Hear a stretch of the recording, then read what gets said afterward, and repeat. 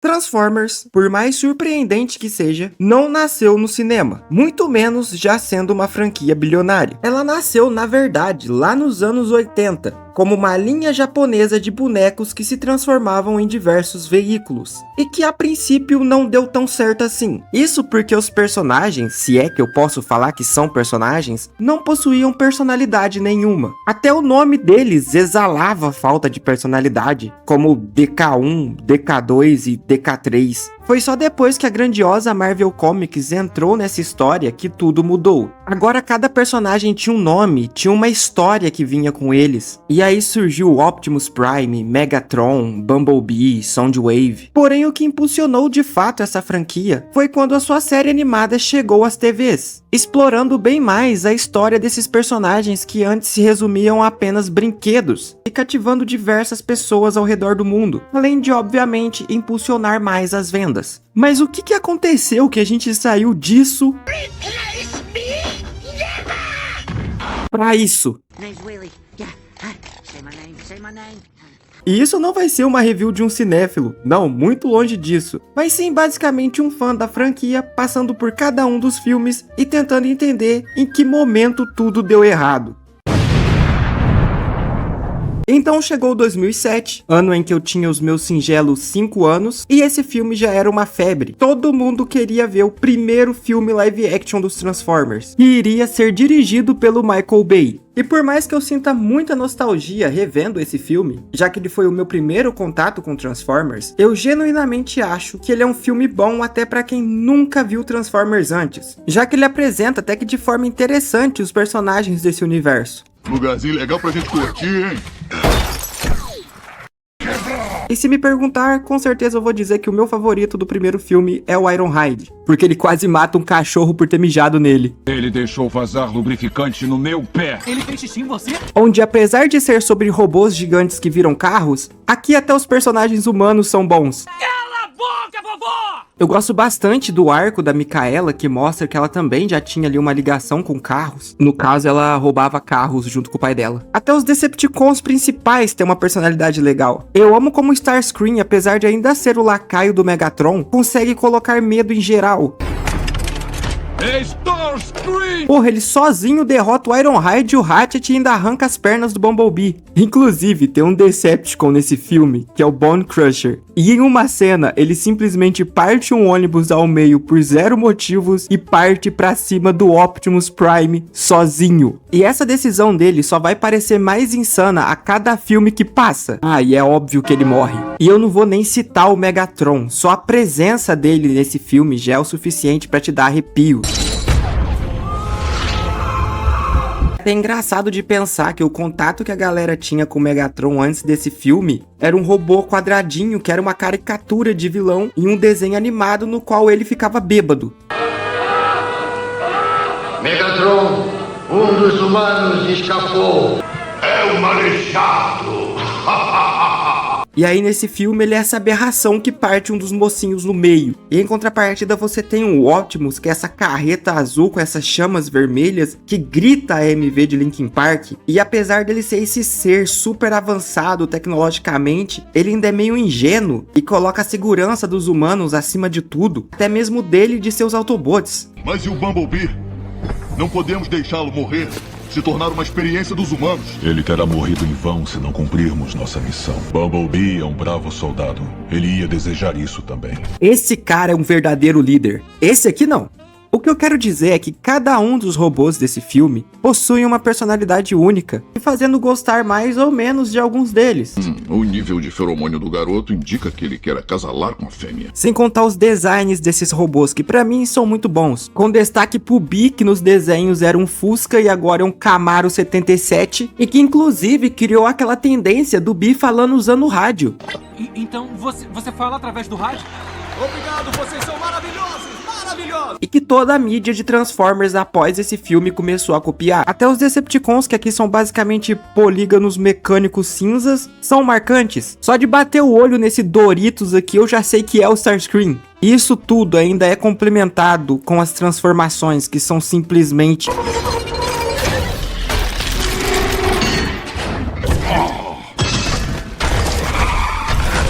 Você pode ver onde cada parte muda e conta com um som mecânico sensacional.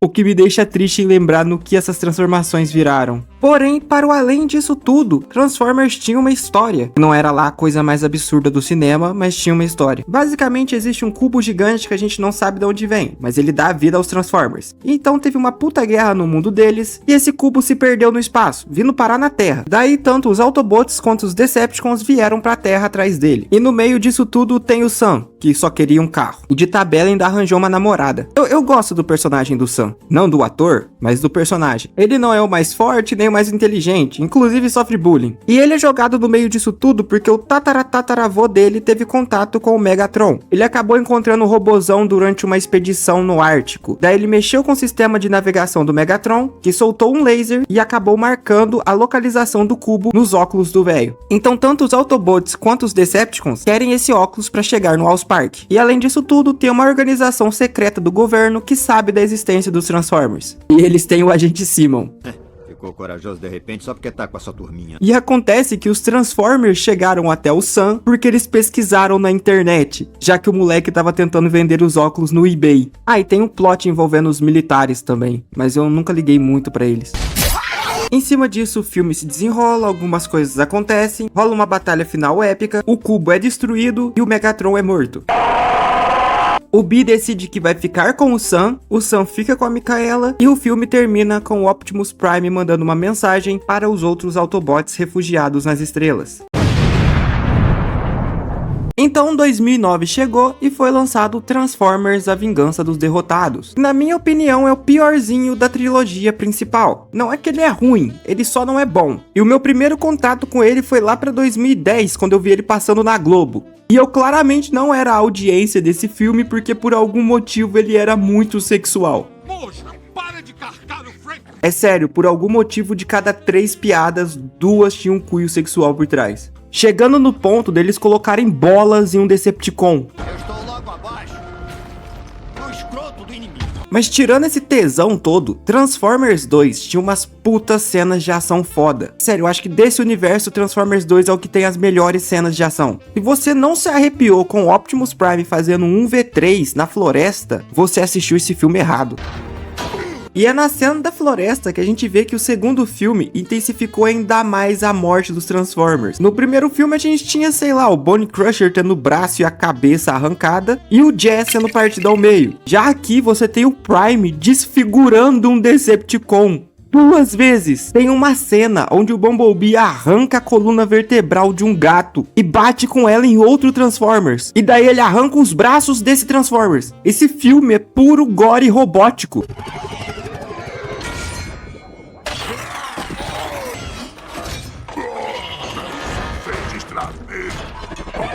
Eu estou velho demais pra isso. Transformers 2 também apresentou novos personagens, alguns muito bons e outros nem tanto. Sério, o único papel desse cara no filme é estar ali. O meu favorito dessa nova leva de personagens é o Jetfire, porque ele é basicamente um velho ex-Decepticon que já tá caduco. Meu pai, ele era uma roda, a primeira roda. Sabe que ele se transformou? Não. Em nada. Mas ele viveu com muita honra, dignidade e maldição. Tem também o Willy, que começa o filme sendo um Decepticon, e daí ele muda pro lado dos Autobots simplesmente porque ele achou a Mikaela gostosa, e protagoniza a cena mais desnecessária desse filme. Chama de Willy. Fala meu nome, fala meu nome. E tem esses dois aqui, Skids e Mudflap, mas eu prefiro o Iguinho e Zezinho. Eu não vou abordar o fato de que eles são um estereótipo racista bem fudido, ou de como os produtores acharam ok certas coisas. Conseguem ler? Ler? Não, vendo a isso? gente não lê Tá nada. A gente vendo? não é ligado nesse lance de ler, não. Mas eu vou dizer que pelo menos na dublagem brasileira, eles são muito engraçados. O que você fez pra gente além de amassar minha lataria? Detonou o Megatron, tá bom não? Ok, mas qual é a história? No primeiro filme, a gente vê que o primeiro ser humano a ter contato com um Transformer foi o Archibald Witwick, lá nos anos de 1800 e alguma coisa. Então, aquilo é mentira, porque acontece que os Transformers já haviam estado na Terra desde a origem da humanidade.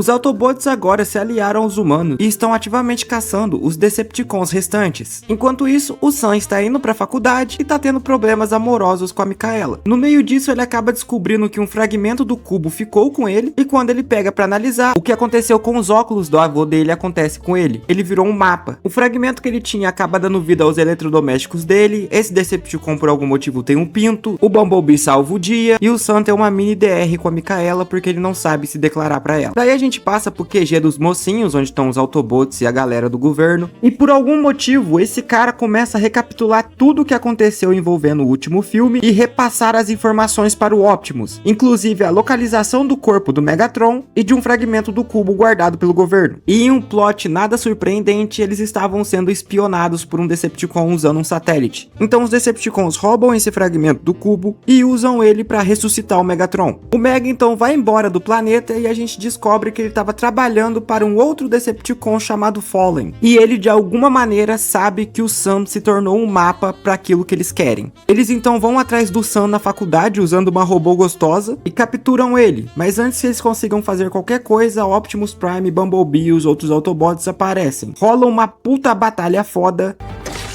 Meu braço! E o Optimus é morto. Starscream é tirado pra bosta. O Fallen então vem pra Terra, já que o Optimus foi de base, e ele junto dos outros Decepticons passam a caçar o Sam. Muita coisa acontece e eles vão atrás do agente Simon, que agora tá trabalhando num açougue, já que como o Sam virou um mapa, ele consegue enxergar alguns símbolos. E o agente Simmons mostra que esses símbolos já apareceram antes na história da humanidade. E eles então conseguem achar um robô capaz de ler, entender e traduzir esses símbolos. E esse robô é o caduco do Jetfire. E ele nos diz que esses símbolos, na verdade, são um mapa para uma máquina. E nos conta que os primeiros Primes estiveram aqui no início da humanidade, e eles construíram uma máquina capaz de colher Energon, a fonte de vida dos Transformers, no custo de destruir sóis. Porém, eles perceberam que no planeta Terra já haviam humanos, e decidiram que não iriam ativar a máquina. Porém, um dos Primes foi contra essa decisão e tentou ativar a máquina, o que desencadeou uma guerra civil. Ele perdeu e se tornou Fallen, o primeiro Decepticon. E ao invés dos outros Primes darem cabo do serviço, eles tiveram a brilhante ideia de se sacrificarem para esconder a chave. Chave essa que só o Sam tem a localização. Pausa na história para dizer que o Fallen, antes de ter essa cabeça de pica, ele tinha um design bem mais parecido com a logo dos Decepticons, o que faria bem mais sentido com ele sendo o primeiro Decepticon, e eu não sei por que mudaram. Então mais coisas acontecem, o Sam encontra a chave, rola o que é pra mim a melhor transformação de toda essa saga de filmes. É sério, apesar de eles terem colocado bolas no Devastator, eu amo de paixão essa cena de transformação dele. E a produção dessa cena foi tão complicada que durante a renderização, vários PCs fritaram.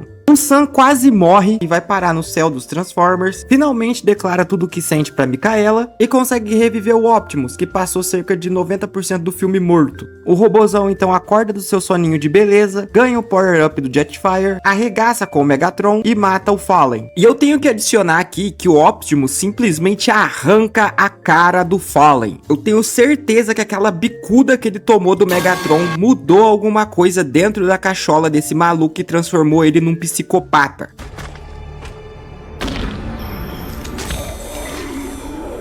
Eu me levanto e você cai.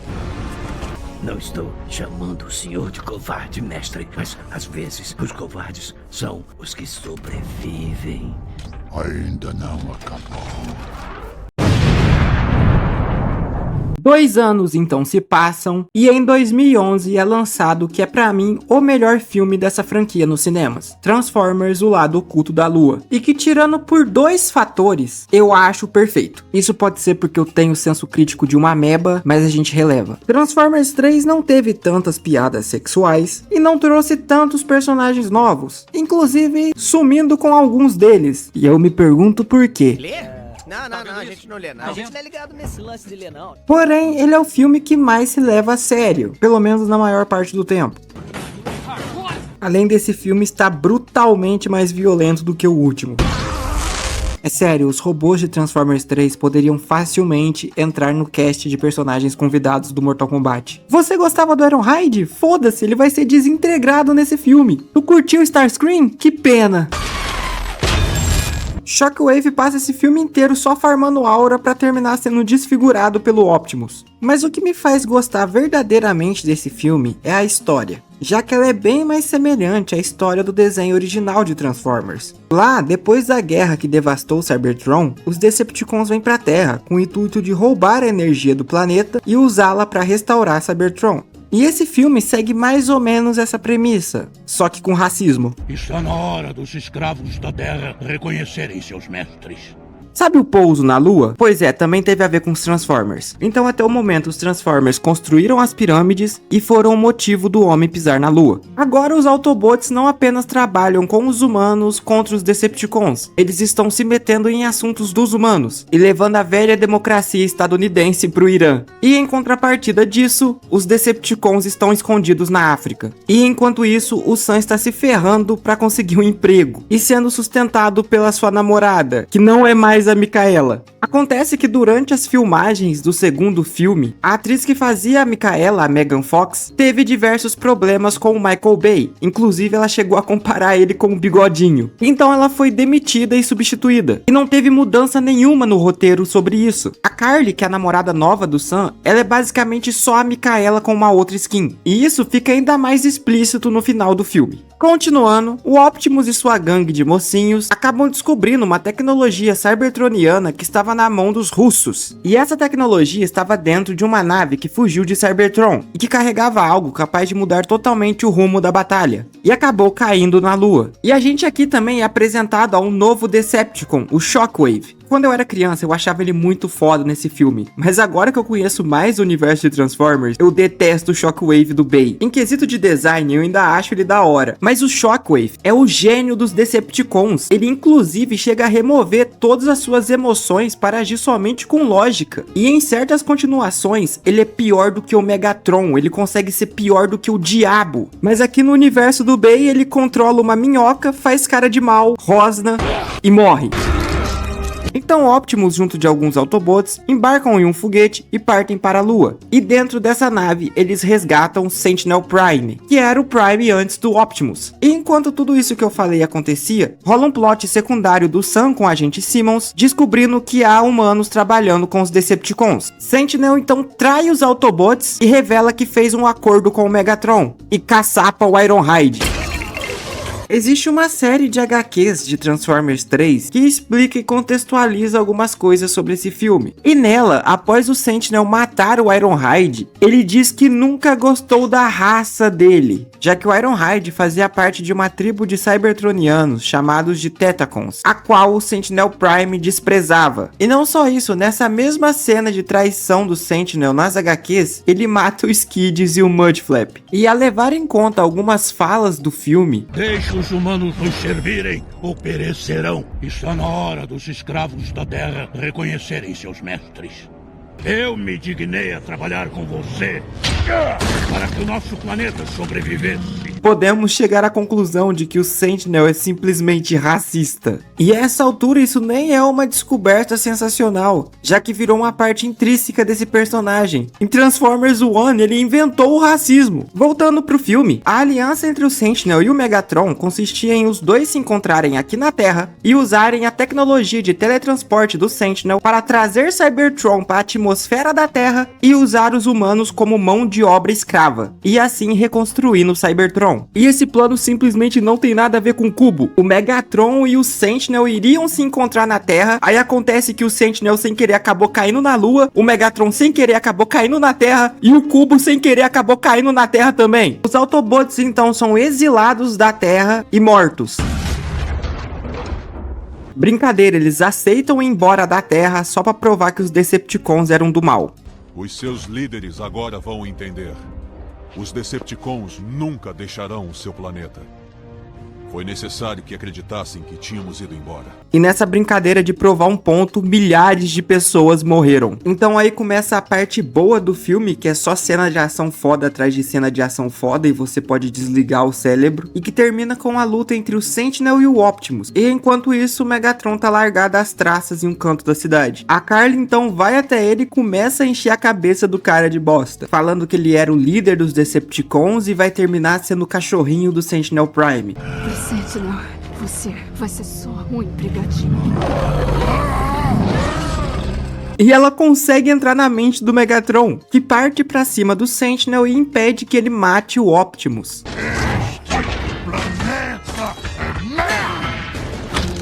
A gangue dos mocinhos então consegue destruir os pilares que estavam transportando o Cybertron pra cá, e com isso o planeta é destruído, vira um buraco negro. O Megatron então, vendo que Cybertron foi destruído e que não tem nada mais pra fazer, pede uma trégua pro Optimus. E em resposta o Optimus arranca a cabeça do Megatron.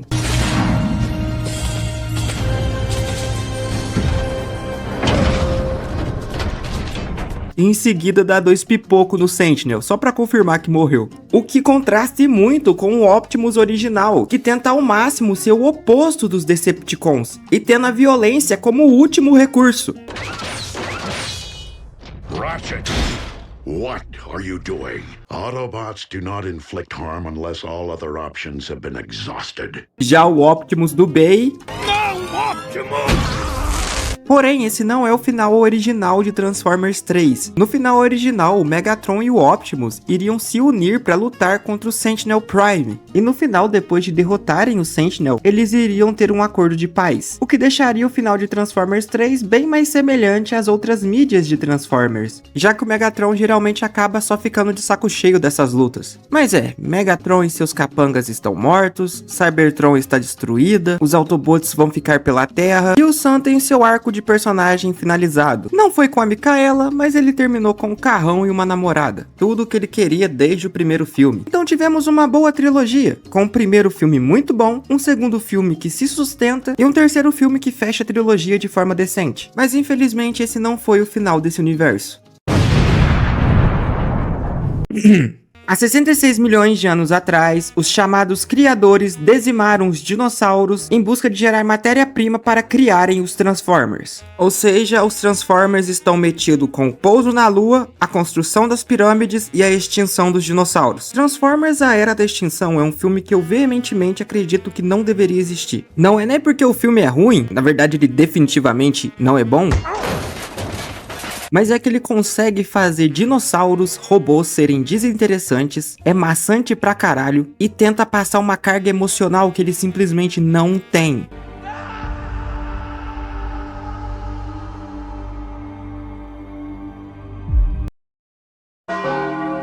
E eu vou dizer aqui, se qualquer um dos novos personagens morresse, ninguém ia ligar, tanto do núcleo humano quanto do núcleo dos Transformers. Talvez o Hound, porque o Hound é divertido, é engraçado, mas nem ele consegue sustentar esse filme. A dinâmica entre esse novo núcleo de Autobots é uma bosta. É literalmente eles brigando o tempo todo, só isso, nada mais. E apesar de que você tem 3 novos Autobots aqui, só o Optimus é minimamente explorado, porque aquele sente raiva por ter sido traído pelos humanos. Vou te matar! Se afasta! Mas é resumido em 1 ou 2 cenas, e isso nunca mais volta à tona. O Drift é um ex-Decepticon reduzido a um estereótipo de samurai, e o Crosshair é uma tentativa de trazer um Starscream pro lado dos Autobots. Eu tava esperando eles se matarem pra que eu pudesse assumir o comando sem problema algum. Só eu obedecendo a mim mesmo. E o único momento minimamente emocional desse filme é na morte do Ratchet. Mas é porque ele é um personagem que a gente já conhece desde o primeiro filme. Mas ainda assim esse momento é estragado pelas falas Ed e super trevosas do novo vilão. Onde está Optimus Prime? Nunca é agora. Que a princípio seria interessante por não ser nem Autobot nem Decepticon, mas que no final acaba sendo utilizado como qualquer outro Decepticon já foi utilizado nessa franquia. Sendo resumida apenas o vilão da vez, a existência do Lockdown não tem implicância nenhuma no resto do universo. Ele só existe nesse filme porque os criadores dos Transformers querem o Optimus por algum motivo. Então ele se alia aos humanos e fica soltando frase de efeito o tempo todo. Neste planeta temos um ditado: o inimigo do meu inimigo é meu amigo. Eu também tenho um ditado: eu não ligo. Olha que diálogo merda. Porém, ele ainda consegue ser melhor do que os personagens humanos desse filme. A gente tem o Cage, que é um texano durão que inventa coisas na sua garagem. Daí a gente tem a filha do Cage, que era pra ser um elo emocional e o motivo dele lutar junto dos Autobots, mas ela só tá aí pra ser sexualizada. A gente tem esse cara que era pra ser o alívio cômico do filme, mas ele é só um esquisitão que fica sexualizando a filha do Cage. Acho que ela fica gostosa. O que foi que disse? Ela é uma adolescente gostosa. E ele morre. E tem o namorado da Tessa, que não faz absolutamente nada o filme inteiro, a não ser puxar uma lei de dentro da carteira pra explicar o porquê não é pedofilia ele ficar com a filha do Cage. Qual é a sua idade? Tenho 20. Ela é uma menina de 17 anos. A gente pode resolver isso de 2 jeitos. Ou eu te dou um soco na boca e você chama a polícia. Ou então, eu chamo a polícia, porque isso é crime. Ela é menor de idade. Somos protegidos pela lei Romeu e Julieta. Namoramos um tempinho, ele ainda não tinha terminado a escola. É legal. Não, não é legal. Enfim, nós temos um relacionamento juvenil pré-existente. Estatuto 22.011. Sim, em Transformers 4 existe uma cena cujo único intuito é informar que um dos protagonistas não é um pedófilo. E também existem 2 vilões humanos aqui, mas eles são só homens maus em roupas pretas.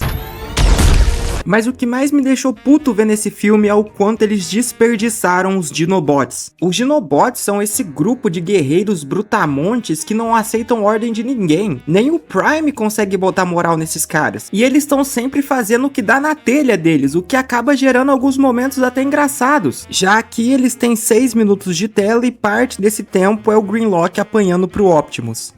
Só que eles tinham algo da hora em mente, porque no próprio filme é dito que esses Dinobots são cavaleiros antigos que o Lockdown conseguiu capturar, e que o Prime também faz parte desses cavaleiros, só que essa dinâmica não é explorada de maneira nenhuma. Os Dinobots só estão ali porque sim. E falando de personagens mal aproveitados, Galvatron. Bom, eu não vou nem entrar no fato de que ele é feio igual todos os outros robôs desse filme. Meu Deus do céu, o que fizeram com o Bumblebee? Ele de máscara, muito foda. Ele sem máscara, o anticristo. O Galvatron originalmente é uma versão distorcida do Megatron, criada pelo próprio Unicron, que no universo de Transformers é basicamente o diabo. Já em Transformers 4, os humanos tentaram criar o seu próprio Optimus Prime, mas usaram a cabeça do Megatron como fonte de dados. E é óbvio que a mente do Megatron toma controle desse novo corpo. Você não tem alma!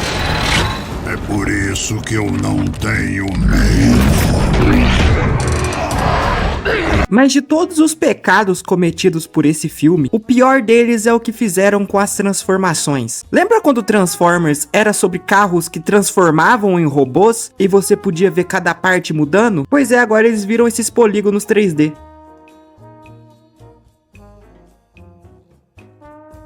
Você se lembra do Cubo? Pois é, que bom, porque nem o filme se lembra. Os chamados de criadores foram responsáveis pela extinção dos dinossauros, e eles fizeram isso usando uma bomba chamada de semente, que transforma grandes áreas no material bruto para a criação dos Transformers. Esses mesmos criadores então mandam um Lockdown para a Terra atrás do Optimus, que agora junto de todos os outros Transformers estão sendo caçados, e tendo seus corpos derretidos para adquirirem o mesmo material que as sementes geram. Então o Lockdown faz um acordo com os humanos. Eles o ajudam a capturar o Optimus e em troca ele vai dar para eles uma semente. Eles vão detonar em algum canto e gerar bastante material para eles criarem os seus próprios Transformers. E o Cage e sua família é jogado no meio disso porque ele comprou o Optimus achando que era um caminhão qualquer. Coisas acontecem, o Galvatron se rebela, os caras maus são derrotados e o Optimus vai embora do planeta atrás desses supostos criadores junto da semente. Nos encontraremos de novo, Prime, pois eu renasci. Pega tudo que essa franquia construiu nesses 4 filmes e joga fora. Esse é o jeito mais amigável de definir esse filme. Em 2007 nos foi apresentado o Cubo, que teria dado vida aos Transformers. Daí em 2014 nos é apresentado os criadores, que teriam dizimado os dinossauros e com o material deles criado os Transformers. E aí no próximo filme eles já dão um retcon nisso de novo e nos apresenta a Quintessa, a real criadora dos Transformers. Megatron, que no último filme havia sido revivido pelos humanos e voltou como Galvatron, aparece nesse filme como Megatron de novo sem nenhuma explicação e aparentemente sendo um cavaleiro igual o Optimus. Eles até deixam isso implícito no filme.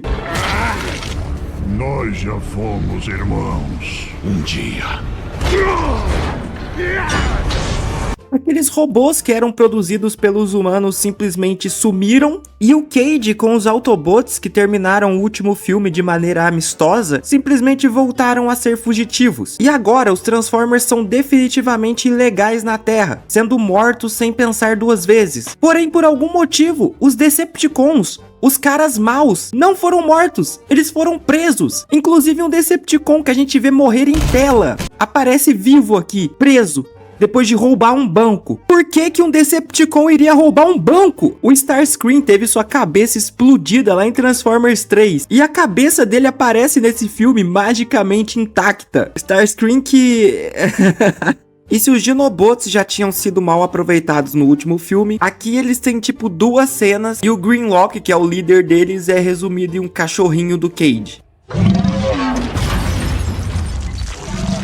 Não coma os carros. Não coma os carros. Enquanto eu tava editando esse vídeo, eu ia reassistindo essa bomba e nessa cena o Grimlock simplesmente se materializa do nada.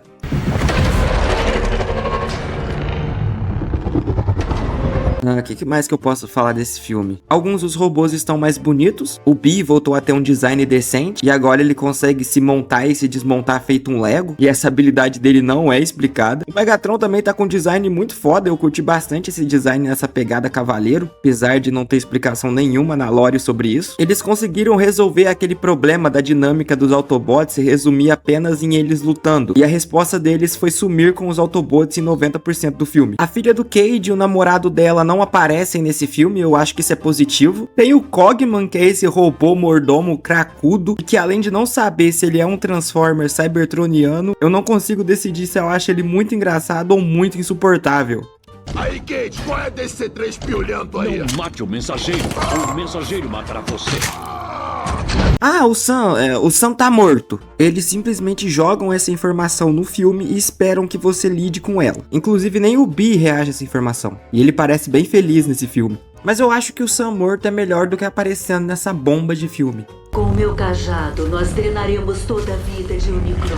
A Terra morrerá e seu mundo renascerá. Nemesis Prime. Assim como o Galvatron é uma versão distorcida do Megatron, o Nemesis Prime é uma versão distorcida do Optimus. E a magia desse personagem é todo o mistério que envolve ele, sendo muitas vezes um clone maligno do próprio Optimus. Já em Transformers 5 ele toma um tapa na cara da Quintessa e já sai se denominando como Nemesis Prime. Eu sou Nemesis Prime! Você não é nada! E nem sequer tem muita coisa pra eu xingar sobre esse personagem, porque ele tem 5 minutos de tela. O Optimus encontra a Quintessa, é transformado no Nemesis, apanha pro Bee e volta ao normal. Assim como o resto desse filme, ele é medíocre. Acho que o melhor exemplo dentro desse filme do quão medíocre ele é e do quão ele não leva a nada é o Esquadrão Decepticon. Os humanos acabam fazendo uma aliança com o Megatron. E então ele pede que alguns de seus Decepticons presos sejam soltos. E rola uma puta montagem com cada um dos Decepticons, mostrando um pouco da personalidade deles. Porém, 1 ou 2 cenas depois, eles são mortos. Pega a perna! Peguei! E a cabeça gorda dele. Tô sozinho aqui?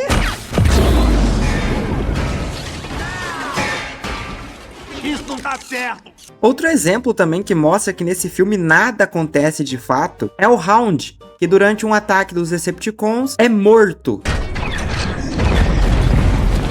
Porém, no final do filme ele aparece como se nada tivesse acontecido. Não teve peso nenhum ele ter tomado uma bazucada do Megatron, sendo que no primeiro filme, um único tiro do Megatron foi o suficiente para acabar com Jess. Falar desse filme é como tentar dissecar uma casca vazia. É um filme que consegue no máximo ser risivelmente ruim. Quem é ele? Vamos lá. Pra sua informação, meu namorado. E tem uma história cujo ninguém nem se importa. Tem um cajado tecnológico na Terra e a Quintessa que é ele. Daí ela vai usar a energia da Terra para refazer Cybertron. E a outra parte da história é que os Transformers estiveram presentes em todos os acontecimentos da história. Literalmente todos. Não. Criatura nojenta. Não. Esse é o relógio que matou Hitler, não mexa nele. E eles apresentam essa informação usando uns Photoshop bem mal feito. E mesmo vendo toda essa bagunça que eles fizeram, eles ainda tiveram a coragem de terminar o filme dizendo que a Terra era na verdade Unicron. Porque o real objetivo com esse filme era criar um universo cinematográfico de Transformers. Mas no final, Transformers O Último Cavaleiro foi na verdade o último prego no caixão desses filmes. Enquanto eu tô terminando de editar esse vídeo, rola um rumor que talvez tenha um Transformers 6 vindo aí com a direção do Michael Bay. E por mais que eu gostaria muito de ver aonde essa pataquada ia terminar, eu duvido muito que isso seja verdade. Até porque esse universo do Bay já deu o que tinha que dar, não tem mais pra onde ir. Mas se isso acontecer, eu prometo que trago pra cá. Então se você tá curioso sobre esses filmes, assista os 3 primeiros e cague pra existência dos 2 últimos.